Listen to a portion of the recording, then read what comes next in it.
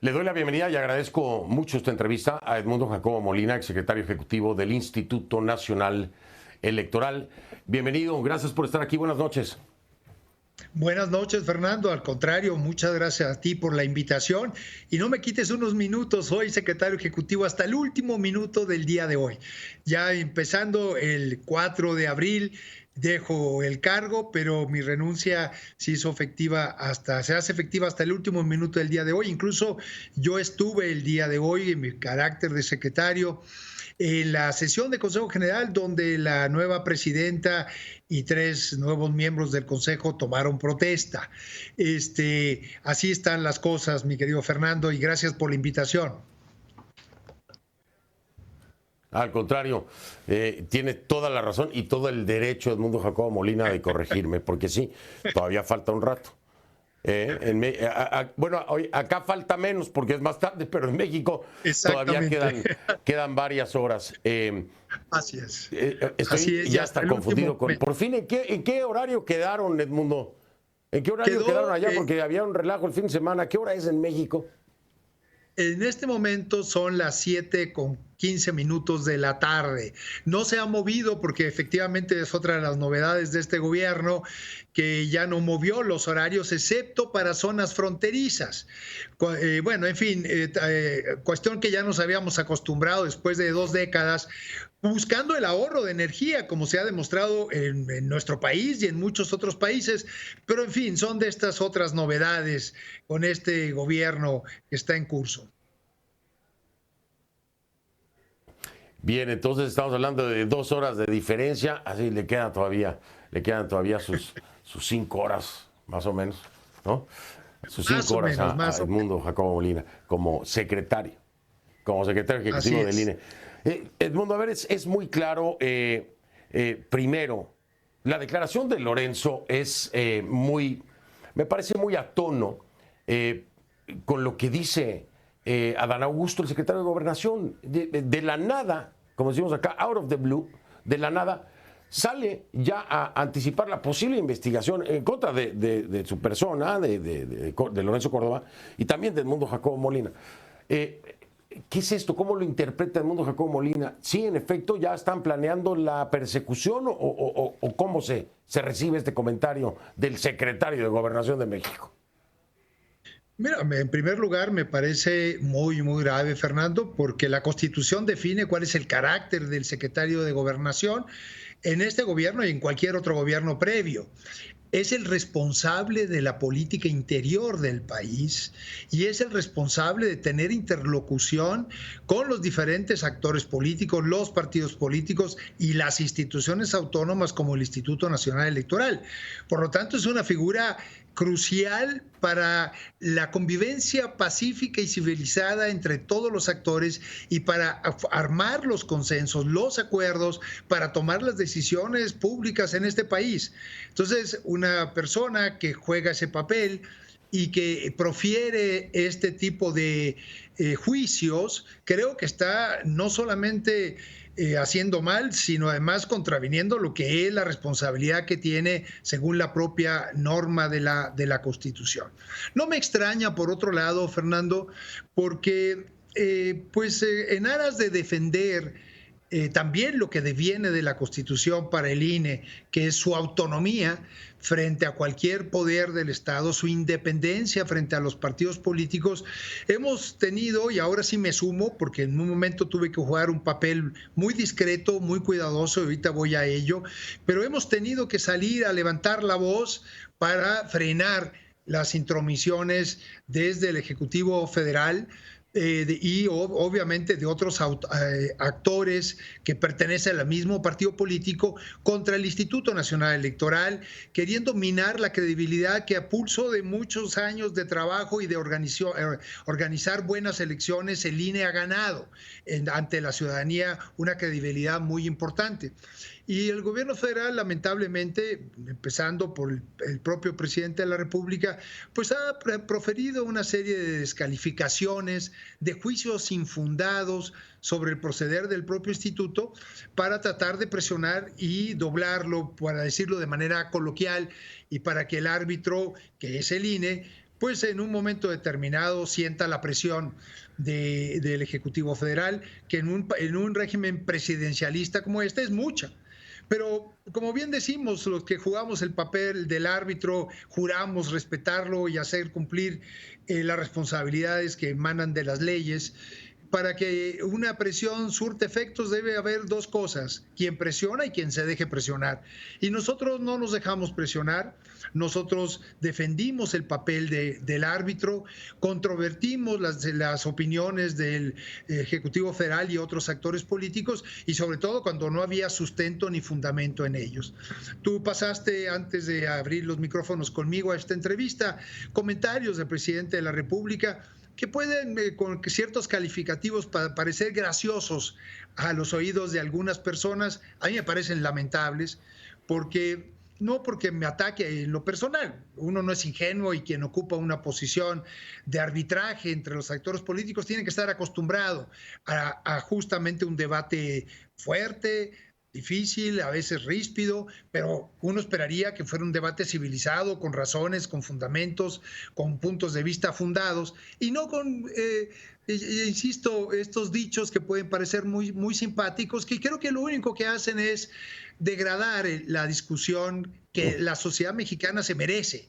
Nuestros problemas son muchos, Fernando, como tú lo bien lo documentas día a día, y pues creo que merecen la atención de todos, de la ciudadanía, pero también de los actores políticos, y sobre todo cuando estos ocupan cargos de la responsabilidad como para poderse dirigir a toda la ciudadanía. Y creo que en ese debate debemos profundizar y no ser solamente ingeniosos en los juicios. Edmundo, perdón, te voy a interrumpir. Primero porque voy a ir a una pausa, y segundo porque tengo que decirte algo. ¿Qué educación? ¿Qué nivel de educación? Hay que decir las cosas como son.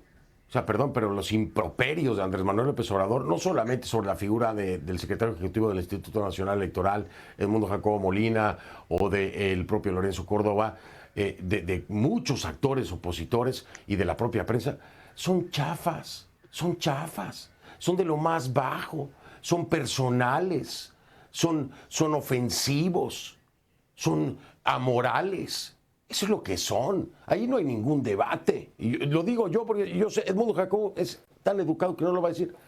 Pero ahí no hay ningún debate. Hay una negativa.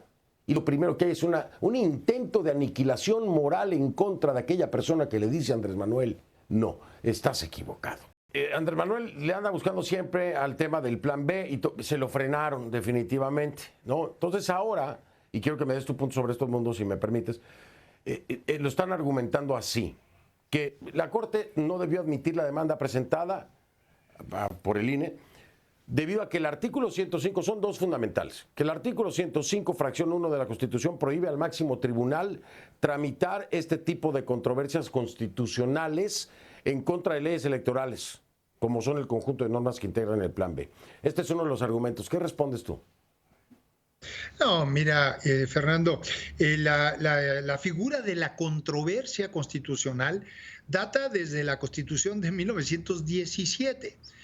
Prácticamente durante todo ese largo periodo del priismo fue un recurso que prácticamente no se utilizó. Pero justamente la transición democrática en México en los últimos 40 años se reavivó el recurso de la controversia. De hecho, hay dos recursos que se pueden utilizar por diferentes actores o instituciones cuando se aprueba una ley que, a juicio de los promoventes, puede ser inconstitucional, porque la ley está subordinada a la Constitución, no puede controvertirla, no puede contradecirla, por dicho de esa manera. Entonces hay dos recursos: la acción de constitucional y la controversia constitucional. El Instituto Nacional Electoral no puede utilizar la figura de el recurso de inconstitucionalidad, sino va a utilizar el recurso de la controversia. Esto ya ha sido aceptado por la Corte en otras ocasiones, no es ninguna novedad el que sea así. Y bajo esa situación, el ministro Lainez aceptó la controversia, o las controversias, porque ya son dos contra el plan B, que el Instituto Nacional Electoral presentó ante la Corte, argumentando justamente que a través de una ley se quería regresar a lo que fue el plan A, que el plan A era buscar una reforma constitucional, pero no lograron la mayoría calificada, es decir, los 2/3 del Congreso de la Unión, para hacer una reforma constitucional. Entonces promovieron un plan B, que es tratar por la vía legal de ir de todos modos en contra de la propia letra y el espíritu de la Constitución. Entonces, ¿qué pasa? El ministro Lainez, en primer lugar, todavía no se pronuncia, como dicen los abogados, sobre el fondo de la materia controvertida. Lo que hace el ministro es aceptar la controversia y además emitir una suspensión de la aplicación de la ley porque considera que hay suficientes indicios para pensar que lo que el Congreso aprobó como plan B efectivamente contradice a la propia Constitución. Entonces suspendió la aplicación del mismo, en tanto la Corte estudia el fondo del asunto. ¿Qué pasa entonces? El Ejecutivo Federal lo que se interpone un recurso contra la suspensión del ministro para que una de las dos salas de la Corte se pronuncie si lo que el ministro consideró como válido, primero aceptar para estudio la controversia y la suspensión, son válidas o no. Entonces estaríamos esperando que próximamente los 5 integrantes de una de las dos salas de la Corte se pronuncien si están a favor o en contra de la determinación del ministro Lainez. Es lo que estamos esperando. Yo creo que los argumentos que puso el INE sobre la mesa, y al igual que otros actores políticos, son suficientemente sólidos para que la sala ratifique la decisión del ministro Lainez. Esa es mi opinión, lo que yo esperaría, y obviamente al no, pues se fue el propio Ejecutivo Federal y que promovió el famoso plan B, aunque después su partido lo haya hecho propio. Obviamente que no estarían de acuerdo con lo que dispuso el ministro Lainez, por eso interpusieron este recurso ante una de las salas, pero yo estoy seguro que la sala va a ratificar la decisión del ministro Lainez. Es lo que está ahorita en juego, Fernando. Segundo argumento que da el frente de la 4T, Andrés Manuel López Obrador, dice que el otorgamiento contraviene el artículo 14, segundo párrafo de la ley reglamentaria de las fracciones 1 y 2 del artículo 105 de la Constitución, que a la letra dice, así lo sustentan, abro comillas, la suspensión no podrá otorgarse en aquellos casos en que la controversia se hubiere planteado respecto de normas generales, cierro comillas. Así lo plantean desde la 4T. ¿Qué me dices? Vamos, las reformas que promovieron en el aspecto legal deben estar, insisto, acorde con los términos de lo que define la Constitución. Y nosotros lo que documentamos en un largo documento, la segunda controversia tiene 444 páginas de argumentos, de pruebas y demás, es que por la vía legal lo que se está haciendo es letra muerta a la Constitución y además afectando los derechos fundamentales político-electorales de la ciudadanía en México. Entonces, ¿cómo no dictar una suspensión cuando por una vía de una norma menor se está contradiciendo con la propia Constitución y los derechos fundamentales? Es un contrasentido. Entonces, nunca, como las reformas legales solamente requieren el 50% más uno de los votos del Congreso, pues entonces por esa vía se estaría, incluso por la vía de los hechos, reformando la propia Constitución, que para su reforma requiere 2/3 partes. El filtro de 2/3 partes es justamente para ponerle una vara muy alta para que una reforma constitucional cuente con un amplio consenso entre los diputados y los senadores para hacerse, a diferencia de una norma menor que es una ley que solamente requiere el 50% más uno. Entonces haría imposible cualquier queja en contra de una reforma legal, aunque esto fuera en contra hasta de los derechos fundamentales. Sí, completamente. Yo lo tengo claro, pero es que había que responder. Antes de hablar de Guadalupe Tadei, que será la nueva consejera presidenta del Instituto Nacional Electoral, ¿cómo viste lo de es que fue como feria de pueblo, ¿no? El sorteo con el papelito y al azar, así es como salieron. Edmundo, ¿qué me dices de eso, No puedo estar más de acuerdo que lo que tú señalaste en la introducción a este programa, a esta entrevista, Fernando.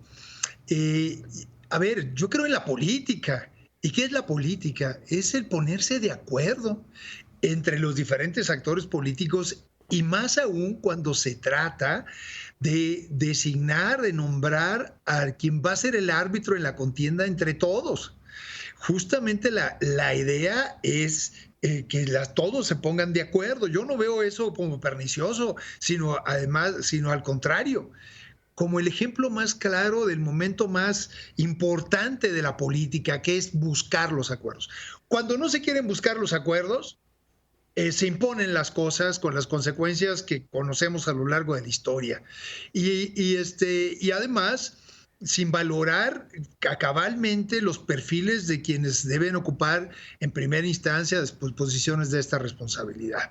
Entonces, yo la verdad creo que el recurso de la tómbola, fíjate, te voy a explicar, Fernando, de dónde viene. Se puso en algún momento justo para forzar a la política. Porque ¿qué pasó? Por ejemplo, en la transición del IFE al INE, en los últimos momentos del 2013 para pasar al 2014, los diputados no se pusieron de acuerdo. Y quedaron solamente 4 consejeros, bueno, era una consejera y 3 consejeros en el Instituto Federal Electoral, que en aquel momento tenía 9 miembros. Entonces, quedaron 5 vacantes porque no se ponían de acuerdo los diputados, que son los responsables de nombrar a los consejeros del IFE, ahora INE, y entonces pasaron casi 7 meses en donde el Consejo General estuvo incompleto, con 4 de 9 de sus miembros. Entonces, en la reforma constitucional del 14 se puso un candado y se dijo, si no se ponen de acuerdo en la fecha límite en que tiene que haber consejeros, entonces se va a un sorteo, a una tómbola. Pero no se puso como el primer recurso, sino como el último recurso para forzar a los actores políticos a ponerse de acuerdo. Ahora, paradójicamente, se usa eso que se pensó como el ultimísimo recurso, como el primer recurso para evitar una discusión, una deliberación que llevara a un acuerdo civilizado. Así las cosas, luego de repente, y eso lo hemos visto en muchas ocasiones, los actores políticos hacen reformas y después a la primera ocasión, cuando ya dejan de ser legisladores, ven de qué manera le dan la vuelta a las mismas normas que ellos se dieron. En fin, a mí me parece que no es la mejor manera. Eso no habla de las personas que fueron insaculadas. Ellos no tienen la culpa, como tú y yo debemos estar de acuerdo. No, estoy completamente de acuerdo contigo, ¿no? Y hay que decirlo también, digo, para ser justos, ¿no? Lo de Tadei, Guadalupe Tadei tiene experiencia de 28 años en materia electoral, o sea, tampoco es... Pero bueno, a mí me parece patético, literalmente, que se elijan autoridades de las que depende la democracia de un país y la independencia de un órgano electoral con una tómbola, o sea... Digo, qué falta de capacidad del legislativo, y tendría que haber otros mecanismos, creo yo, para forzar. Es de feria de pueblo. Me va a decir Edmundo, ¿qué es lo que opina acerca de Guadalupe Tadei, que ya juramentó como nueva consejera presidenta del Instituto Nacional Electoral? ¿Qué opinas, Edmundo? Después de tanta controversia, ya se armó la controversia, ¿no? Pero ¿qué opinas? ¿Qué piensas de ella? 28 años de experiencia en materia electoral, en el IFE, ¿no? Cuando era el IFE, y también ex consejera presidenta del Instituto Estatal Electoral de Sonora. ¿Cómo la ves? Mira, primero que nada, tú lo señalas muy bien. Es una persona con una larga experiencia. Ella empezó su labor electoral siendo funcionaria del Instituto Federal Electoral y, como bien lo mencionas, también 7 años presidenta del Instituto Electoral en el estado de Sonora. La conozco bien, además, porque yo también soy del estado de Sonora, casualmente.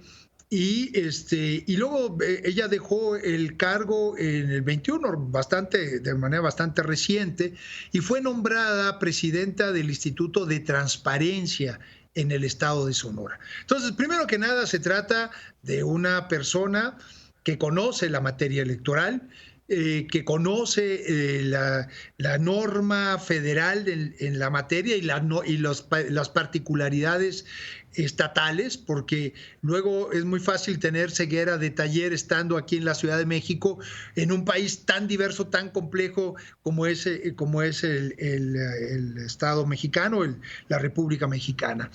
Entonces, en primer lugar, insisto, se trata de una persona que conoce la materia. Yo creo que es una buena noticia. En segundo lugar, se trata de una persona que ya ha presidido una autoridad administrativa electoral.